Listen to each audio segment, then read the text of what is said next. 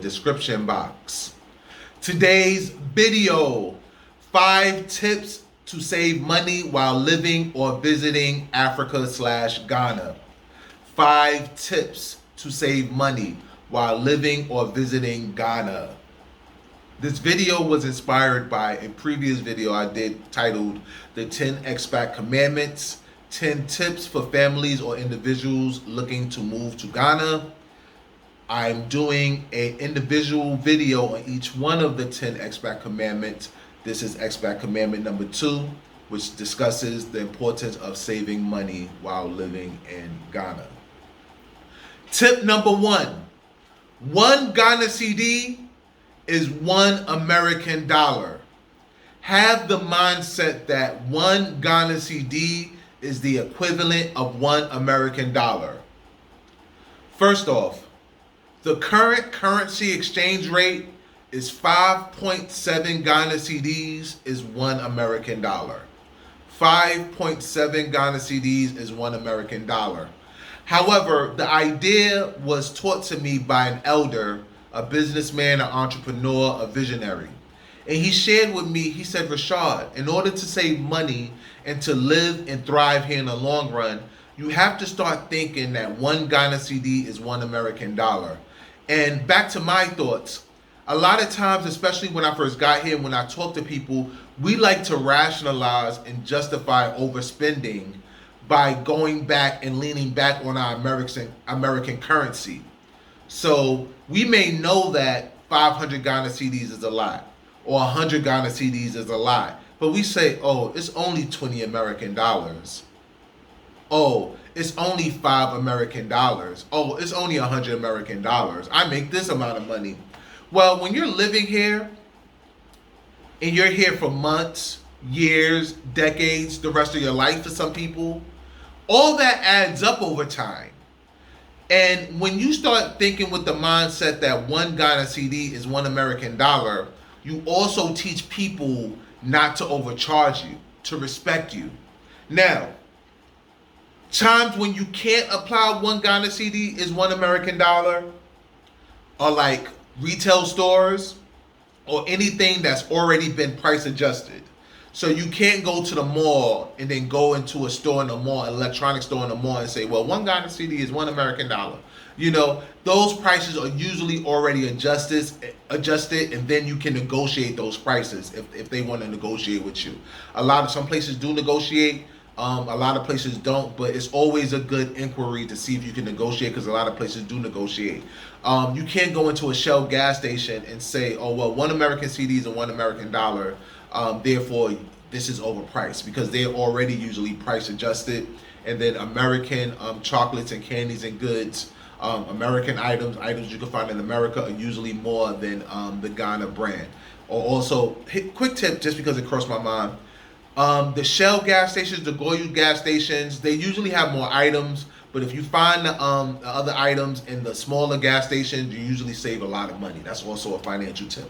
So if you have a Shell gas station by you, and then you have a smaller gas station by you that's not name brand, go and check in the non-name brand gas station. You may be able to get the same items for significantly less. So let me get back to 1 Ghana CD being 1 American dollar. Let's say you're at the market and they want to charge you 7 Ghana CDs for a mango. In season, they want to charge you 7 CDs for a mango. Say to yourself, okay, would I pay $7 for this mango? Now, let me take it a little deeper. Okay, we have the yellow mangoes that you just, get the juice out of. You make the little hole and you take the juice out of. You have the red mangoes that you peel, that you might even cut. But then you see that this mango that they're charging you 7 CDs for is a huge mango, like this big. Say to yourself, would I pay $5 to $7 for this huge mango? 1 Ghana CD is 1 American dollar. You might say, well, if I was in the US and I seen a mango this big, yes, I would pay 7 Ghana CDs for that mango. Yes, I would buy 4 for 20. So that's one way you can use it. When you're in a new area. Number 2, to save significant money on transportation, use the driving app called Bolt. BOLT. Bolt has been a lifesaver. What I'm going to do is I'm going to link a referral code in my description box. I don't have anything worked out with Bolt. You know how they say share with your friends and you get rides off. This is me knowing that I love Bolt. This is me thinking that every Black American, every foreigner who's visiting Ghana, and they in all other countries too. They're in the UK. They're all over Europe. They're in Kenya. They're in different countries throughout Africa. I've used Bolt in Kenya. I use Safe Motos in Rwanda to drive the motorbikes, but I've used them there in South Africa. I've used them in several different African countries. Bolt, B-O-L-T. Do not use Uber. Do not use Uber. I'll tell you about the scams that the drivers do with Uber. Do not use Uber, use Bolt. With Uber charges more than Bolt. Uber is more expensive than Bolt. And let me tell you about the scam that they do with the Uber driver. Not the scam, but scam is the wrong word. I apologize. The inconvenience that the drivers put you through with Uber. When you call an Uber, what happens more time than not, when they finally arrive to you, they say, oh, did you pay with card or cash? That's how they always start. Well, you always pay Uber with cash. They debit your bank account, they debit your card, and then, that's how the drivers get their money. However, in Ghana, and even in Kenya also, I experienced this, the drivers get their money later, and these people need their money now. So they don't want to wait till later to get their money. So what they do is they tell you, they ask you if you did with card or if you did with cash. And then when you tell them that you did with card, they go, oh, I'm sorry, we don't take cards. And then you may go, oh, it's Uber, I paid with my card already. They say, cancel the ride and I'll take you. And then you just pay me in cash at the end of the ride. So if you agree to it, they cancel the ride, you get a strike against your Uber account, and Uber takes anywhere between 6 to 48 hours to refund you your money. So you still have to deal with the fact that money's debited out of your account and you don't have access to that money for 6 to 48 hours. Maybe it matters, maybe it don't matter. And also Uber charges, let me say it this way. Bolt is significantly less expensive than Uber. The way you use Bolt, you order the Bolt, they tell you how much it costs. You'll see that the cost is significantly less expensive. It's even less expensive than when you pick up a regular taxi, then you wave down a taxi.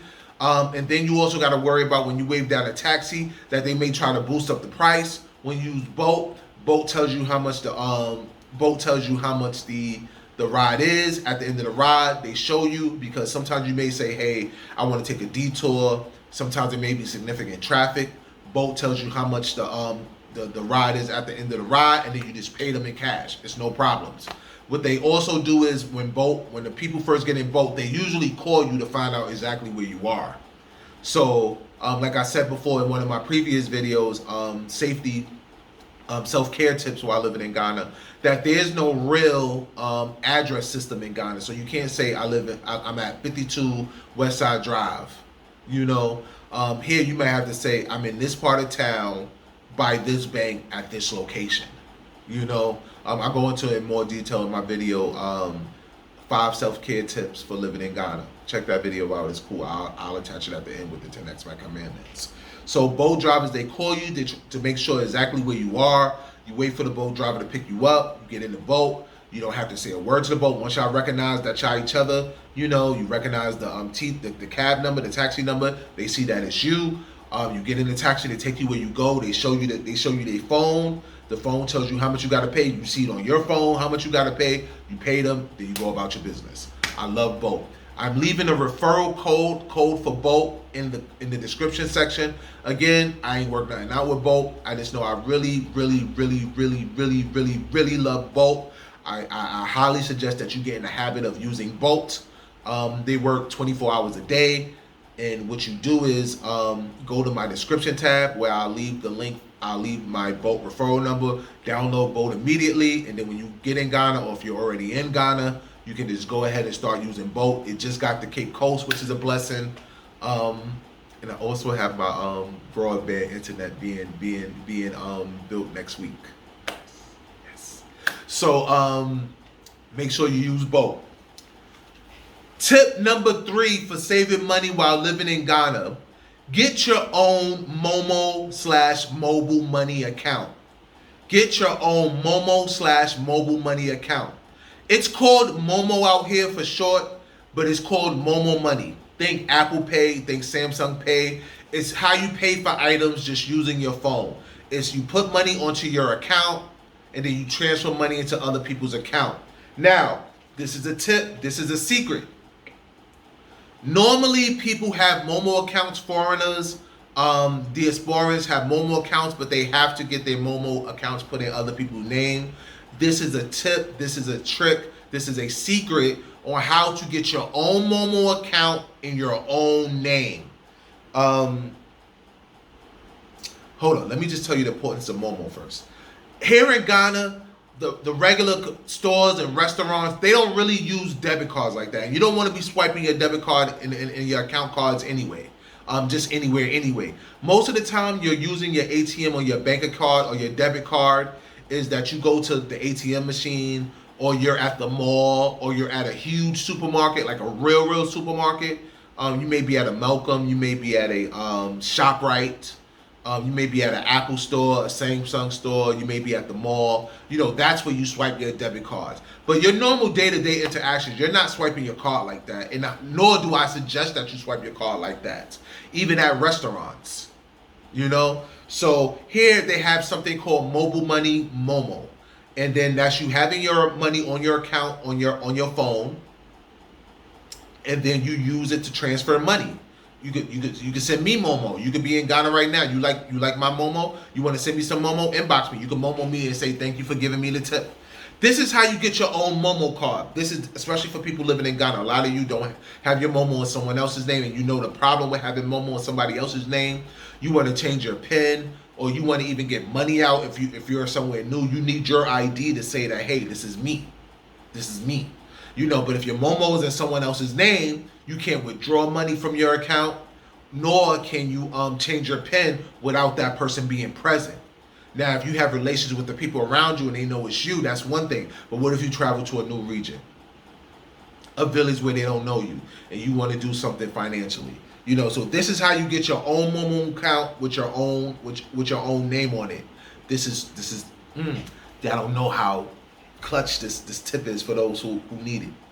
You get an NHIS card. That's National Health Insurance System. NHIS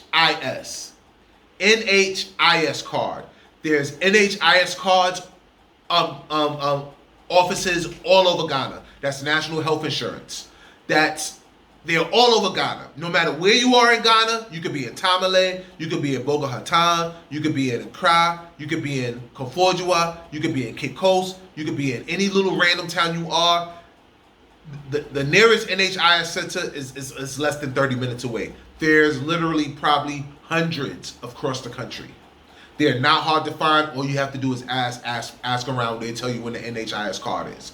The NHIS card is only about 30 Ghana cedis, so that's about $5-6 American dollars. They take your picture, no questions asked. They take your picture, you pay for the card, you get a TIN number, and then when you do, you go to an MTN or a Vodafone office. Then you sign up for Momo. They use that TIN number to give you your own Momo account. Everything is in your name. That simple. Excuse me.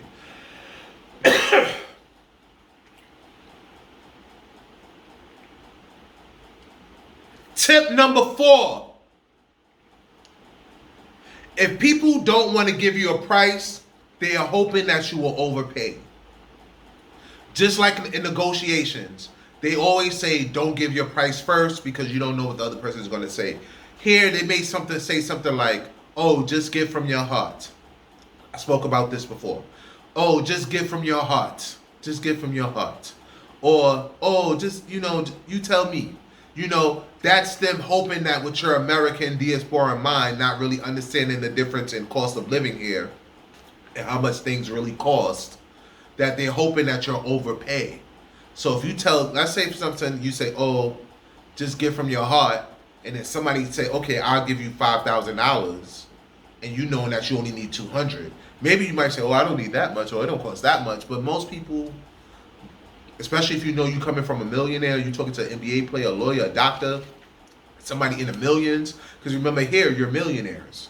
Here, you make it well into the six figures. You may not understand that because you're still thinking in sense of American dollars, you know. But like I said, the currency is 5.7 to 1. So if you have 5 Ghana CDs, don't think I have 1 American dollar. Think I have 5 Ghana CDs.